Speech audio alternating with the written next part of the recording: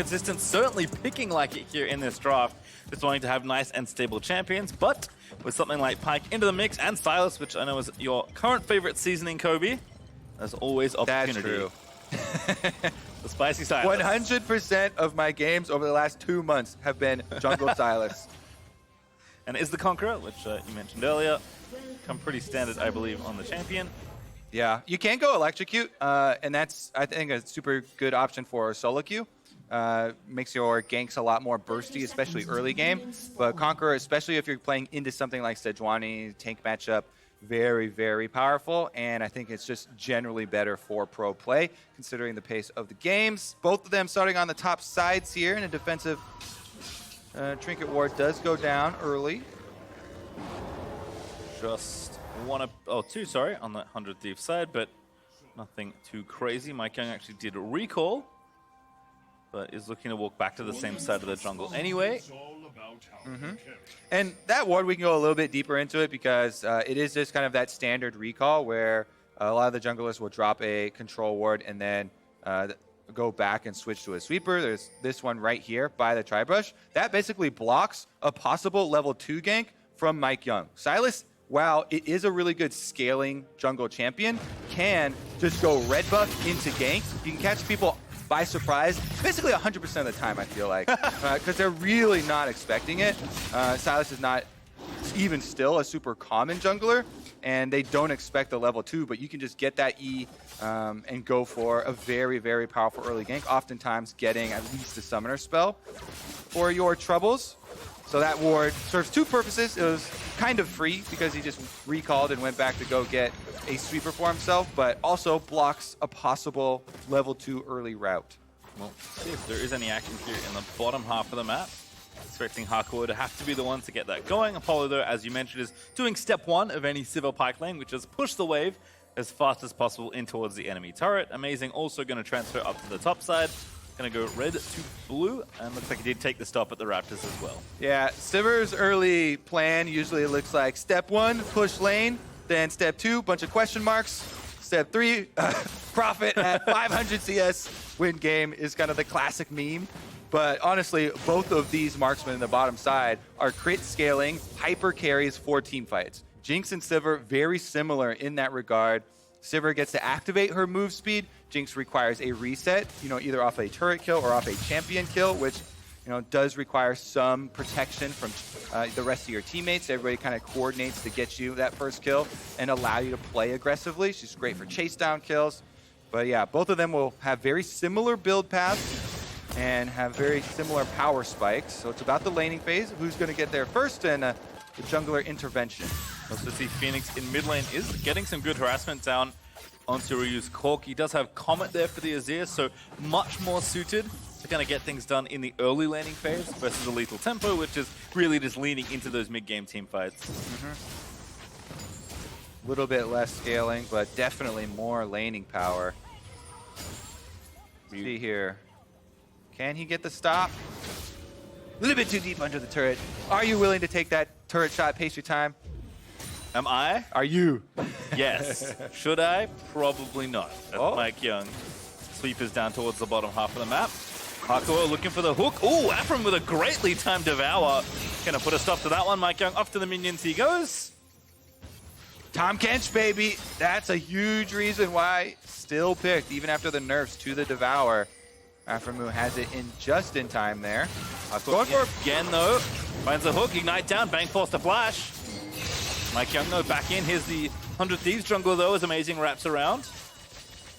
Yeah, not going to be able to get in there. He is definitely around for the Krug's kill. Hakuho continuing to fish and zone them off of these minions here. Definitely some time spent, but effective time, I think, from MikeYeung as they're able to get the flash off of Bang in the end. Hakuho just doesn't give up on the play. The Devour cooldown is insanely long now. It's gotten nerfed multiple times. At level 1, it is 20 seconds. So having used that on the initial gank allowed Hakuho to go for that. Now the wraparound from Sejuani, part 2. Yeah, now this time it's a 3v2 in 100 Thieves favor. Onto Apollo they look. Gonna spell shield it up, but still one more auto needed. Hakuho with a great bit of coverage, though. dashes over, gets amazing stun before he can proc the permafrost and even hook back in for a bit of extra damage. Yeah, they're trying to teach him a lesson. You gank our lane, you're gonna take some damage. And on the outside, they actually had split targets there. You know, a little bit, they got the tongue slow onto Hakuho, then Sejuani going for the combo onto Apollo, but no real advantage gained at all for it. Yeah, Solo cooking up something there in the top lane. Does get the flash out of FakeGod. As expected, Kennen was ahead early in this matchup, but Solo already seems like he's kind of taking control of the 1v1. Yeah, I mean, usually it's around the level 6 where the Aatrox really starts to threaten those all-ins once again, and you catch right back up in CS, but I have to say, FakeGod actually didn't even get that big of a lead early on, so this might be scary for him. We talked a little bit about in the intro if Solo was going to be a really rough matchup for FakeGod. It looks to be the case. Solo blowing the flash of FakeGod, pushing him into the turret here, going to be able to get the reset as well. This is definitely going to put a lot more pressure on 100 Thieves' top half of the map. It's going to make it a lot more difficult to play off of that. And no teleport will be available for FakeGod. Let's see if Solo can walk his way back. Nah, he's going to use his back to lane as well, I guess. Keep up that pressure. So at least for 100 Thieves, the threat of the teleport discrepancy and making the play down bottom isn't going to be there. But simply Solo blowing that flash is going to draw up jungle pressure, and that allows MikeYeung to start up the dragon. Yep, there is going to be enough space here for Fox. Is amazing. Going to look to make things uneven here in top. Solo ready with a flash, but amazing. No ulti going to have to charge in. World under pops, and Solo, bit of a taunt as he backs away. Yep. He's able to earn basically the dragon by absorbing that pressure. Blows the flash on FakeGod, able to get out with just popping his ultimate. Without the ultimate, though, Aatrox definitely going to have to play way less aggressively, especially since MikeYeung on the Sylas took a lot of damage off the dragon, and he's not coming up top anytime soon. Solo just going to get what minions he can under the turret. Has only missed one so far, I believe, and that will stay. And Solo ticks over to level 7, keeping the CS even. Having Merc Treads means I think 1v1, Solo certainly feels very comfortable. So we'll move our eyes back down to this bottom half of the map once again. Fear's sort of done for both, so that pushing power is increased. I feel like in any case, we're going to have jungler intervention to really tip the balance in these lanes. MikeYeung trying to make an attempt down there, seen on the ward though, and they know he's quite low health. Sylas with the Kingslayer, of course. If you get into melee range, you can get a burst of healing, but pretty dangerous if you've already given away your position on the ward as well. So it is going to just be a recall and reset. Amazing is level 6, though, on the Sejuani. Without summoners blown from Hakuho and Apollo, it's going to be hard to actually convert to a kill, an attempt on bottom, but they might be able to get some summoners. 6 for both marksmen here in bottom lane. Apollo taking some damage there from the tongue lash. Hakuho also maybe thinking that when he hits 6, they can try some sort of 2v2 all in, but with amazing we know being down to that side, would be not a good move to go for, and MikeYeung has finally paid some attention to the top lane here. Yeah, it looks like he was waiting for a counter gank here, and the junglers are on opposite sides of the map, so neither jungler with any recent information on their opponents, but it is going to be a steal for Amazing in the blue buff here. And that is going to be a pretty big heads-up denial from the Azir. Let's see if bottom lane actually takes any action. Bang and Aphromoo doing a good job pushing that wave in. And actually prepping it for Sejuani. Possible dive situation. Certainly Amazing, even sticking out of the brush. Oh, no stealth shield. There's the flash ulti, nails Apollo. Amazing, under the turret they go. Apollo going to burn the ulti after flashing away. Oh, has enough damage to snipe Apollo for first blood. Oh my goodness, that must have been exact damage right there. Huge, huge burst. You get 25% of the target's missing health for Jinx, but the threshold very, very close, and with that ignite ticking down, it was just enough. Bang, right on the money. Focusing on Pyke's execute, we forgot about the Jinx ult as Bang with a very stylish first blood, and Amazing sets up the dive nicely.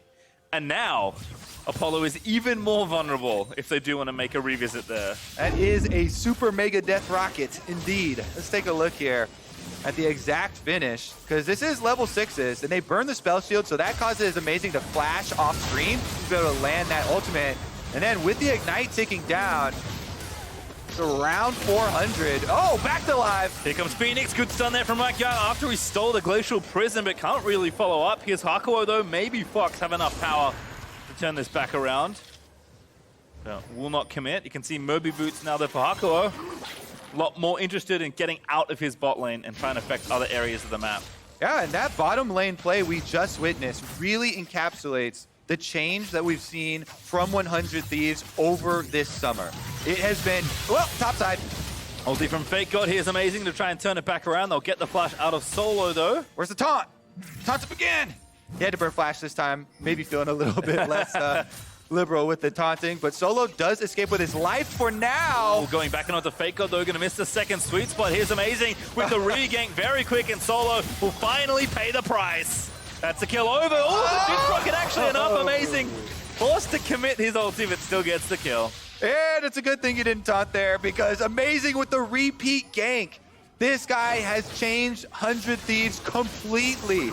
Able to get both kills on the board for the squad.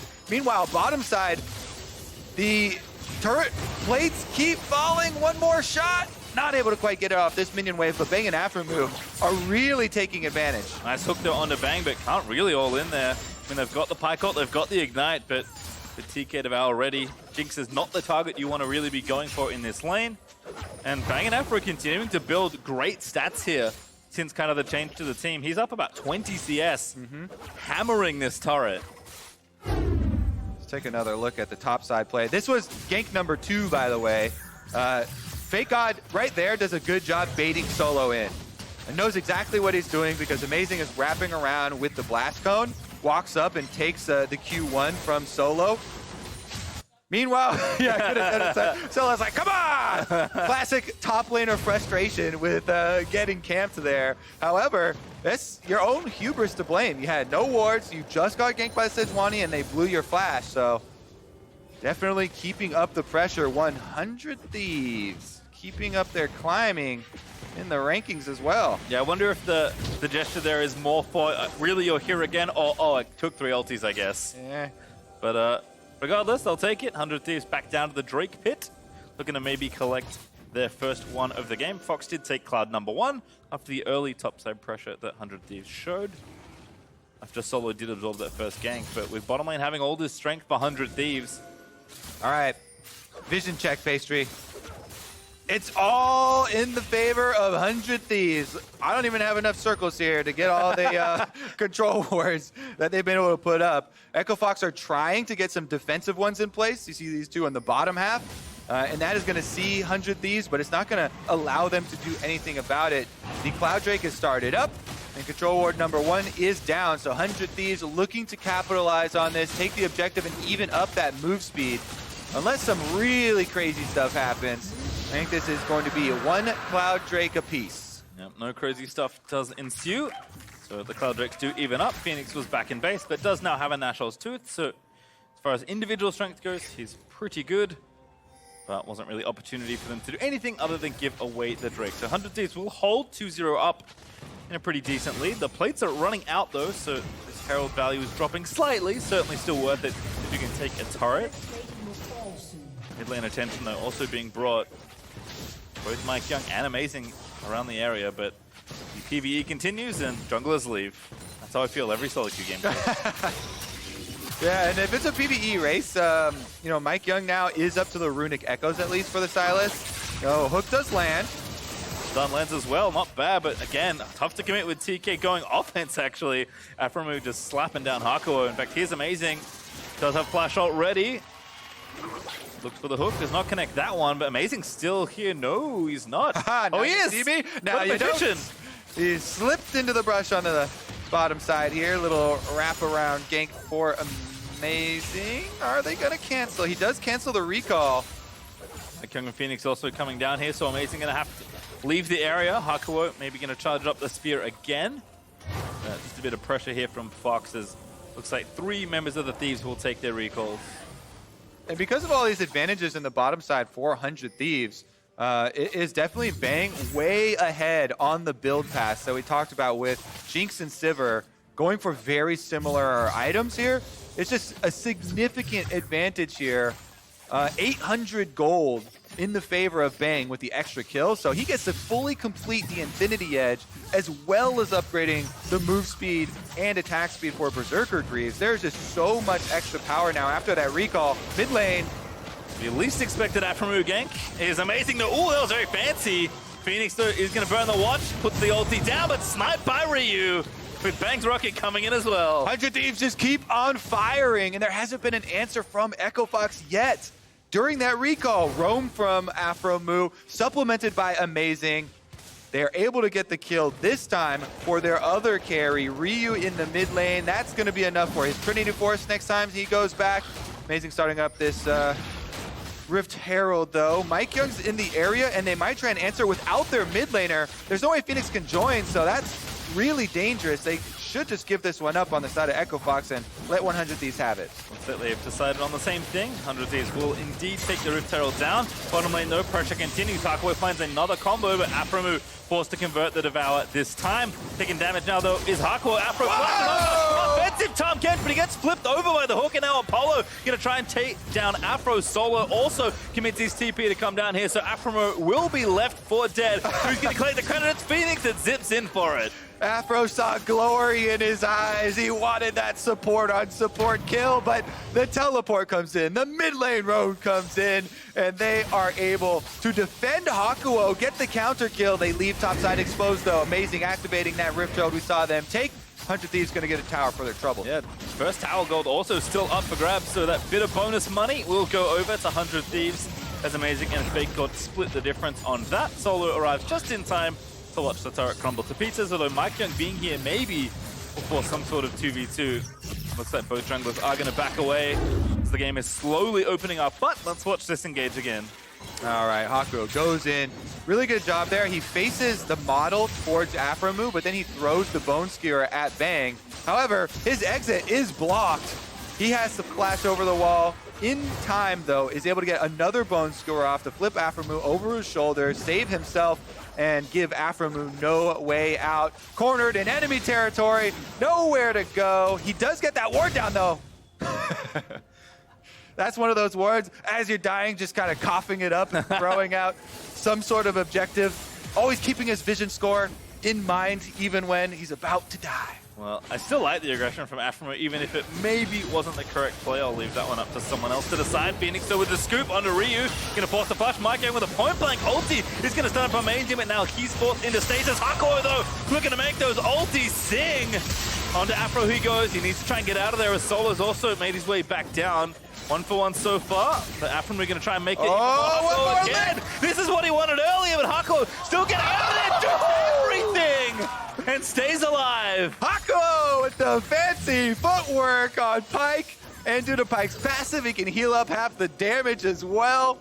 Hakuho, some pretty big plays for Echo Fox. Let's see if it actually turns into anything for them. That's 2 kills back on the board. Much needed money for Echo Fox, and the defense starting to come in. Remember, Echo Fox is the team with hyper scaling here. Both sides do have good late game options. But Echo Fox, if you start to give over too much money to this squad, it's going to get very dangerous. Amazing hops back in on the Dragon, though. During the reset, they want to take the objective in the aftermath. Yeah, kind of just dance them around the river, and that's actually enough time for 100 Thieves to go ahead and get their second Drake of the game. That'll be all 3 clouds, with 2-to-1 advantage being gifted over to the Thieves. Ryu also applying that pressure, does have the Triforce finish, as we expected from earlier. MikeYeung also going to get swept out, but that mid turret is dead. Here's Afro riding FakeGod in. Actually finds the summon. Now MikeYeung going to steal the cannon ulti and pop it away, but he gets popped by Amazing instead.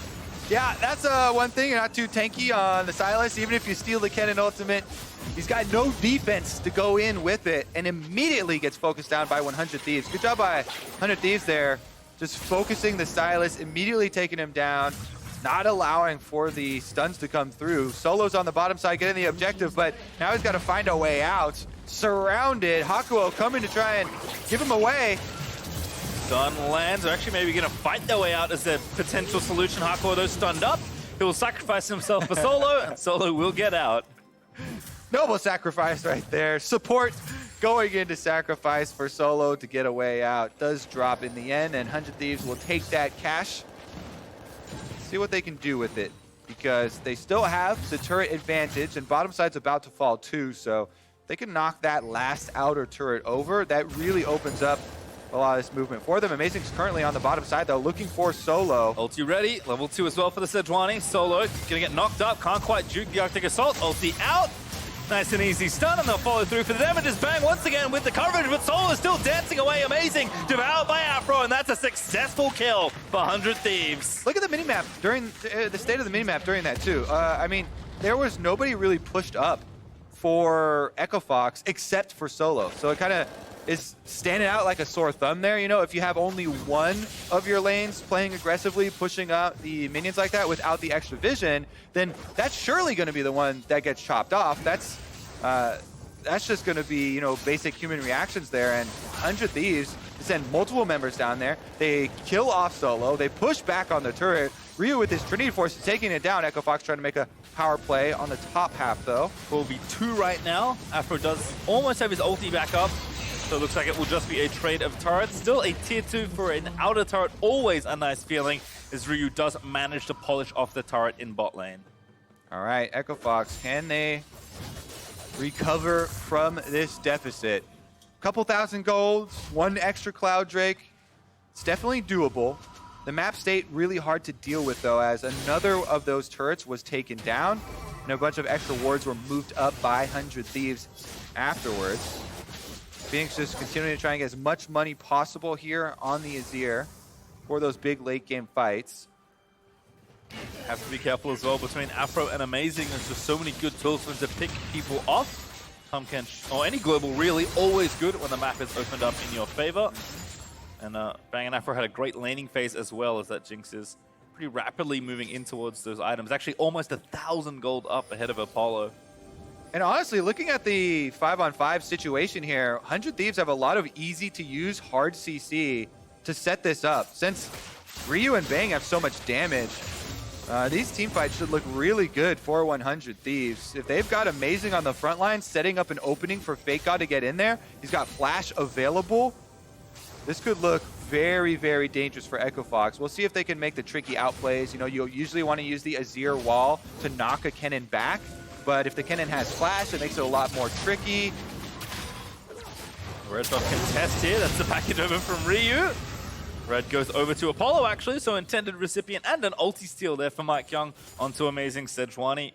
Not so bad. And critically, MikeYeung's finished the Zhonya's on Sylas. So while Sylas can steal the Kennen and Sejuani ultimates now, he can also buy some time for himself with the Zhonya's activation. Here comes Abyssal Wedge. Yep, kind of what we were thinking here. Solo just going to pop the ulti and get himself killed by Bang. Cannot be that far forward versus Tahm Kench. Once again, we got to look at the minimap here. This is Echo Fox at their second turret. This one was right in the mid lane too, but bottom lane completely exposed and all the way up to basically the second tower there. And immediately, Abyssal Voyage comes down. This is level 11 now for Aphromoo 2, by the way. The range on the Abyssal Voyage gets much, much longer, so you have to play more carefully when you're pushing out on the side lane. You don't have extra vision, the enemy has plenty of movement, and 100 Thieves are using it well. Continually getting these kills, getting these picks onto Solo. Also the first time Amazing did not participate in a kill. Only 6 out of 7 now, which isn't too bad. But the pressure is continuing to mount. Ryu's basically been a one-man siege weapon. Just going to side lanes and shooting down turrets. Does have the Essence Reaver now finished again. So even more into the late game here. Hook not going to connect. Ryu does Valk early just to make sure the Pyke can't grab him. And there's a Mountain Drake up as well, which would make 100 Thieves' job much easier when it comes down to continuing to keep their map advantage, and they will start it. Yeah, definitely going to put some more threat on the Baron, and they've already got a control ward on that Baron, so they are ready to go with pushing this game plan ahead. Fenix here on the side of Echo Fox, at least he has been able to get his Banshees, so he's actually looking to make one of those big plays, sweep in and get the big Azir sec. He's got Flash available, and that might be how Echo Fox can pull their way back into this game, but currently 100 Thieves just continually racking up objective after objective. Bang's got the Zeal lead currently in the AD carry race as far as itemization goes. And Corki here, Ryu's got plenty of firepower with Trinity Force and Essence Reaver. That's insane cooldown reduction to just constantly spam out poke pre-fight and try and whittle the opponents down. FakeGod again behind, but still just fine with the situation. Solo pushing up, but this time he has Hakuho behind him, and we can see that the Thieves are over on the left, more concerned about the Baron. So Solo is trying to continue to apply pressure. Now 100 open out onto mid lane, but Fox just back away. Certainly been a bit slower in kind of this early game, but 100 Thieves not that far away from just, you know, getting all that, using all the vision they've built, running straight to the Baron, taking it, and then the game just breaks wide open. All this happens again. As Abyssal Voyage back down, Slow does not connect from Bang, and over the wall he goes for the Blast Cone, so Solo this time will be safe. All right, Solo is able to escape with his life. Also his Summoner spell, which is going to be critical, because 25.5 minutes into the game, this is going to be the big team fight that determines Baron #1. And Baron #1 has huge, huge repercussions when both teams are running this amount of scaling for the late game 5-on-5s. 100 Thieves starting it up already. Bang using the rockets over the wall here to DPS Baron, and Echo Fox have nothing to say about it. I don't believe they saw anyone get in there. See this. So they had the speed train, but that's not enough. 100 Thieves find the angle, they take down the Baron, and Fox just wake up and say, hey, what happened? Well, what happened is you already lost Baron #1. No team fight necessary, so 100 Thieves can just go on sieging duty now, get the reset, fully stock up, and it should be a straight line. And Ryu's like, yeah, I don't want that rapid fire cannon thing. Give me the second BF sword. Looking for that Infinity Edge as the third item here. Corki just spiraling up in power. Bang doing the same here on the Jinx. And these two champions are already pretty good at hitting turrets. Going to be made even better with the addition of the Baron buff. So 2 minutes and 50 seconds of tough stuff for Fox to try and weather. Yeah, Bang tried to get a couple more CS there so he could finish his rapid fire. So it's a little bit of a desync recall, but now he's been able to go back and finish it. And this should signal the 100 Thieves push. Jinx with rapid fire and rocket form is insane range. So all he has to do is charge it up, and you can walk in, take a giant chunk off of either a tower or even one of the frontline members of Echo Fox. That chunk is going to go a long way for the team fight, because both Aatrox and Sylas are actually really good targets for pre-team fight poke. And with the rockets and the super long range Jinx and Corki doing damage here, Echo Fox have to be very worried about the prep work. Again, you kind of mentioned the simplicity of the comp that 100 Thieves have drafted. At this point, you can just shoot whoever's in front of you as Ryu is forced to back away. I think that was the package. Yeah. I guess he hit a wall, that's why I didn't go very far. But the seed is still here. The fastest way this inhib, and of course the Nexus, is going to be this bottom lane as FakeGod takes down the tier 2 in mid. So good duo-fold pressure here for the Thieves. And that ulti from Bang, and amazing combos in to take down Hakuho. That's a 5-0 Sejuani pastry time. Amazing has put his stamp on this game, and 100 Thieves are inside the base. They're looking to raise the flag here in Echo Fox territory. Bang. He doesn't have his ulti, so MikeYeung may survive. But back to the fountain he goes. Inhib already dead in bottom lane, gonna be mid lane shortly after, you have to think, with 15 seconds from Hakuho being back. And I mean, how does Fenix, despite the farm he has, really do anything? He walks anyway, he's gonna get poked by a marksman with way too much crit. And they'll take the 2 inhibs and leave. 100 Thieves know that they don't have to do too much more. No reason to panic, given the position they're in. Oh yeah. Definitely cover the panic button with Steel Case right now. They feel completely at ease. Let's take another look. Hakuho tried to make a play onto Ryu.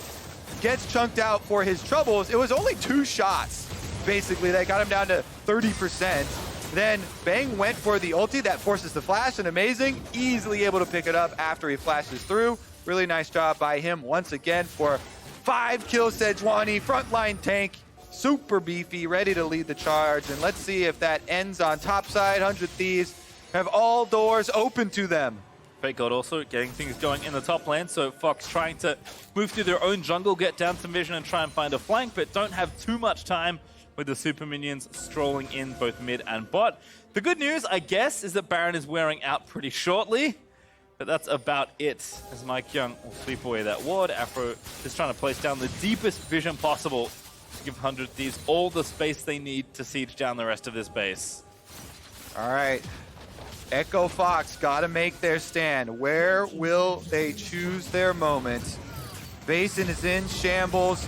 Not many options left. Fenix trying to get The Sand Turret here in mid lane to buy a little bit of time. Solo chunking down amazing. Amazing taking maybe a little more damage than I expected, but I guess his only Warmog's adaptive is Solo. He's going to pull him back in, going to try and make some sort of hero play. By the end of the time, Kench Devour, Amazing will heal up once the Warmogs kicks in. So Solo commits his ulti and can't get the kill. Yeah, not enough of a commitment maybe from the rest of the team there, but Solo, I think that was the right idea. They had to make a move. And oh, MikeYeung, rockets to the face. Into stasis he goes, into the waiting arms of the Chompers, then he does fall down to the Jinx. And Hib now opened up here in the top half. Solo with no ulti this time, trying to fight the Sejuani. Now he's going to get ultied and flash away, but should be taken down as the exhaust is committed to give Ryu that kill. And 100 Thieves is going to stream into the base and keep on picking up wins. They'll take down these Nexus turrets, and slowly but surely, they're moving themselves back into playoff contention. Fenix, a beautiful Azir ult, but it is too little, too late for Echo Fox, and that's been all 100 Thieves these last few games as Bang puts the finishing touches on the Nexus, and Aphromoo enters round the fountain.